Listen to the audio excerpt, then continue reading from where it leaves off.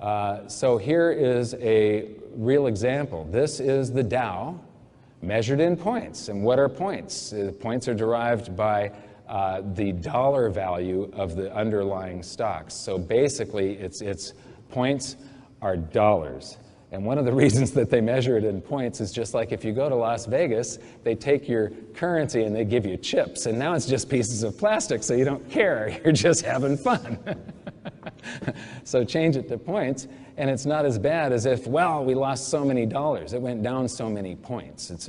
But anyway, that's the Dow measured in points. But if you go every month during this entire graph from the year 1900 to today, and each day you take the points on the Dow and divide it by the price of gold, you get how many ounces of gold one share of the Dow is worth.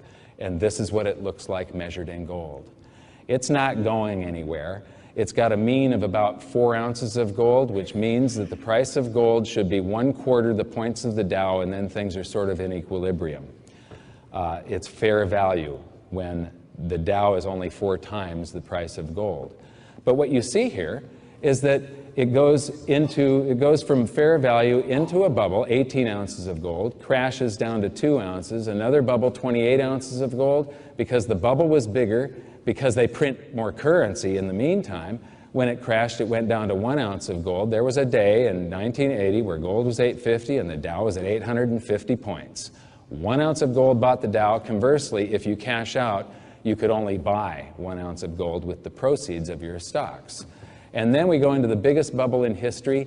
There is no time in history, this point in 1999, 2000, there is no time that gold was as unloved and ignored as in that time period. It was no nation's money. It had gone down for 20 years.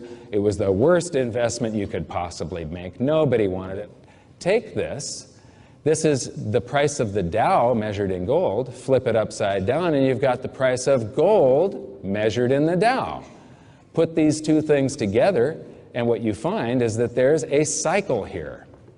And if you had ridden stocks up to 1929 and then sold your stocks and bought gold, and then in 1932 gone to gold, and then back to stocks, I mean, and then in 1980 go back into gold and so on.